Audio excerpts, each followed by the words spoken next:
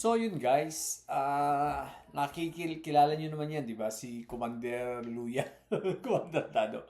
So napakadami niya mga pinagsasabi, mga pagmumura ng mga pinagagawa itong mga nagdaang araw. Pinagmumura ang Pangulo, ang AFP. Guys, sa totoo lang, ito hindi pinagpapansin ng AFP kasi katulad ni Inday Sayad, this is an important person. Kumbaga wala naman tong value, walang halaga. So, nagfi-feeling relevant, nagfi-feeling siya na akala niya porque galing siya military before, ganun-ganun na lang. Nag-retire ito as captain. So, napakababa lang ng rango at feeling niya, pinagmamalaki niya na meron pa raw silang malakas ang persa. Commander Dado, may panawagan kami. Kung matapang ka, lumabas ka na lang. Ba't hindi mo hamunin direct ang Philippine military or ang mga army? Ba't hindi ka lang lumabas sa EDSA? Try mo magkudita. Puro kayabang puro kayangaw. Meron na tayong mga kasabihan, di ba? Guys, sa ating mga Pilipino, yung asong tahol ng tahol, hindi yan nangangagat. So, the same dito. Ang tapang sa YouTube. Kasi meron daw silang lakas. Guys, Commander Aluya, tandaan mo, kung talagang ikaw ay matapang at meron ka pang persa, hindi yan ipinagmamalaki, hindi yan sinasabi. Yan ay kusa na lang ginagawa. No? Yung mga kilala kong matatapang na tao, hindi nagsasalita. Kusa silang gumagawa. Kusa na lang silang kumikilos at sinusurpresa na lang nila ang kalaban nila. Kala ko ba galing military ka? Kala ko ba, di ba? Hindi mo yata alam ang rules. Hindi mo alam ang discipline. Di ba? Hindi nito alam ang discipline ng intelligence. Di ba? Ewan ko sa kanya. So, more on yabang lang talaga ito.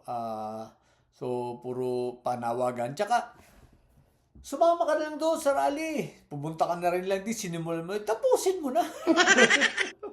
Sa panawagan, tapusin ninyo, try nyo pabagsakin ng gobyerno kasi ano man ang gusto ninyo, di ba?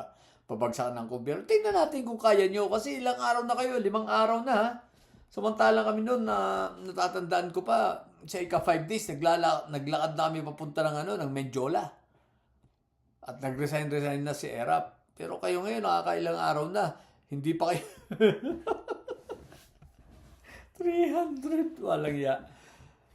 Commander Luya, so wag mong i-deceive ang yung mga taga-sunod na tapang-tapangan ka pero wala ka naman talagang tapang. Umatapang ka, sige nga, lumabas ka tapos kumurahin mo pa ang Pangulo. Ikaw kaya, sa totoo lang, ikaw wala kang kakwenta-kwenta tao, tingnan mo yung sarili mo. Maawa ka lang sa sarili mo. Ano pang lakas mo, tanda mo. Yun lang guys, so nakakadismaya lang na meron mga ganitong tao na tapang-tapangan. Ang tapang sa social media, ang tapang sa TikTok, ang tapang sa YouTube. No? Tulad ng sinabi ko, Commander Dado, kung matapang ka, lumabas ka. Magkudita ka, subukan mo. Huwag mo sabihin mong hihintayin pa. Ano hinihintay?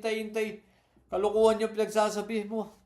Porque alam mo na hindi darating, hintay-hintay ka pa.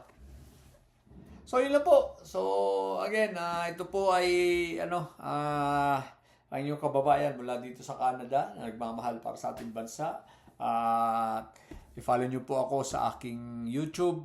Dito sa YouTube, please subscribe. Nagsisimula pa lang ako rito. Sa akin TikTok po, Makoy Guzman 22. Pakipalo nyo po ako. So, salamat po. At ako po ay isang supporter ng ating Pangulong PBBM. Huwag nyo na po pansinin ng taong ito. Walang kakwenta-kwenta. Okay? So, again, bye.